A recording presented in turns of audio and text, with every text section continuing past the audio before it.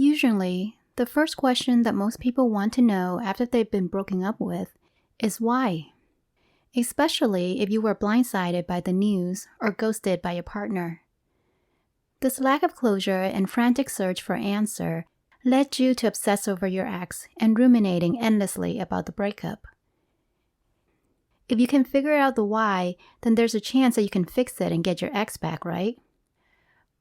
Well, let me satisfy your curiosity and break it down for you, starting with your ex experience before the breakup. So why did they break up with you? Most likely, your ex didn't make this life-altering decision lightly, especially if you guys had been together for a few years, but they had been contemplating it for a while. To understand the whole picture, we have to rewind back to a few months or weeks before the actual breakup, where there were increased doubt and unhappiness about you, them, and the relationship. First, there were triggers, and there are 3 main categories.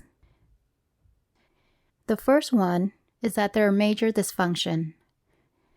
These are pretty obvious, such as abuse, anger issues, untreated addictions, mental illness, personality disorders, cheating, and/or lying. If these issues were not treated or discussed, they become the toxic hurt, anger, and resentment that break down your relationship. Maybe your ex had overlooked these issues or tolerated them before, but everyone has a limit and they had reached theirs. If you suffer from any of these issues or haven't taken them seriously enough to do something about it, then it's imperative that you get help before thinking about getting your ex back, for their safety and yours. Try to see this breakup as an opportunity to get your life together and become the person you want to be. The second type of triggers are chronic emotional injuries. To your ex, these wounds feel like death by 1,000 cuts. They usually arise from poor communication skills and inability to handle conflict due to emotional immaturity and selfishness. Did you guys have problems talking about issues without ending up in an argument? Were there trust issues? Were you sensitive, supportive, and responsive to their needs besides your own?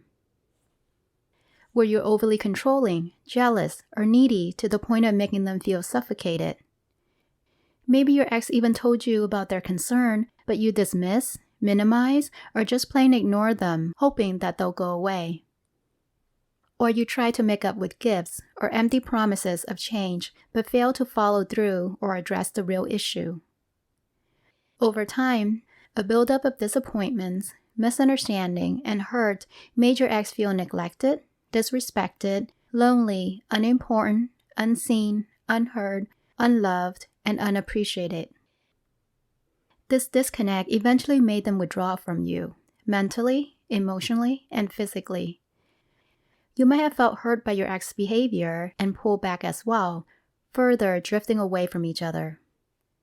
Perhaps you knew that your ex were unhappy, but didn't know to what extent or what to do to fix the situation without making it worse. Or maybe, when you realized the weight of the problem, it was already too late and your ex had reached their breaking point and unwilling to compromise. This is understandable. You didn't know what you didn't know then. Try not to beat yourself up. You did your best, but some wounds are simply too large to heal right now. Just give yourself and your ex some time and space to heal and grow from this breakup before thinking about getting back together again. The third type is a poor fit. Sometimes love just isn't enough, especially when there are glaring incompatibilities. These include different needs, beliefs, lifestyle, language, and cultural differences. Timing. These can be life stressors, illnesses, different life stages, an ex coming back that they still have feeling for. External factors, which includes family disapproval and long distance.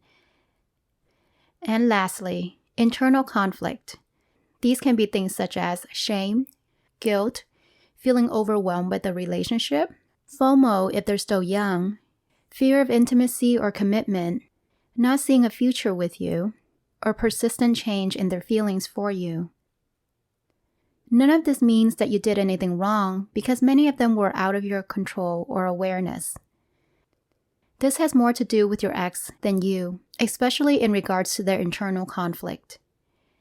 However, all of these triggers do not immediately make them want to break up with you, but these doubts were building slowly. Let's see how this plays out graphically. If there were still enough good memories, love, and respect between you two, then they might suppress or deny these thoughts and feelings. All is well for a while until these triggers and doubts reappear, more and more frequently, bigger and bigger, until they can no longer deny their unhappiness. They may ask themselves, what am I doing with this person? Am I wasting my time? Is this how the rest of my life is going to be?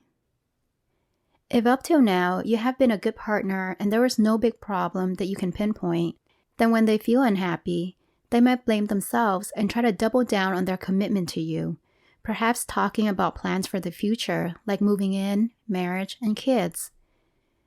This is simply to drown out the growing doubts and convince themselves that they should be happy. However, these nagging feelings did not go away, and they might be too afraid to admit it to themselves or you.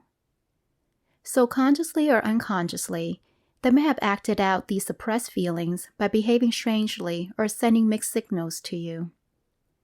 You might see them get more moody, irritable, blame you for their unhappiness, avoid spending time with you one minute while making plans the next, or looking at you and the relationship more critically, seeing all the incompatibilities and realize that you guys were wrong for each other, and breaking up is the only and best solution to their emotional distress. This is their tipping point. Feelings of hopelessness, tired, and frustrated with everything. However, they may still feel guilty, sad, and angry at themselves for wanting to break your heart. But they can no longer pretend to be happy, and staying is not an option. So they must make the difficult choice of how to break up with you. They had to factor in how you might react, when would be a good time to do it, such as before the holidays or family gatherings, and how to soften the blow with the least amount of drama and pain. First, they would have to detach themselves emotionally and mentally from you, grieve the relationship, picture a life without you, and work up the courage to overcome their fear, doubt, anxiety, and guilt in order to pull the plug.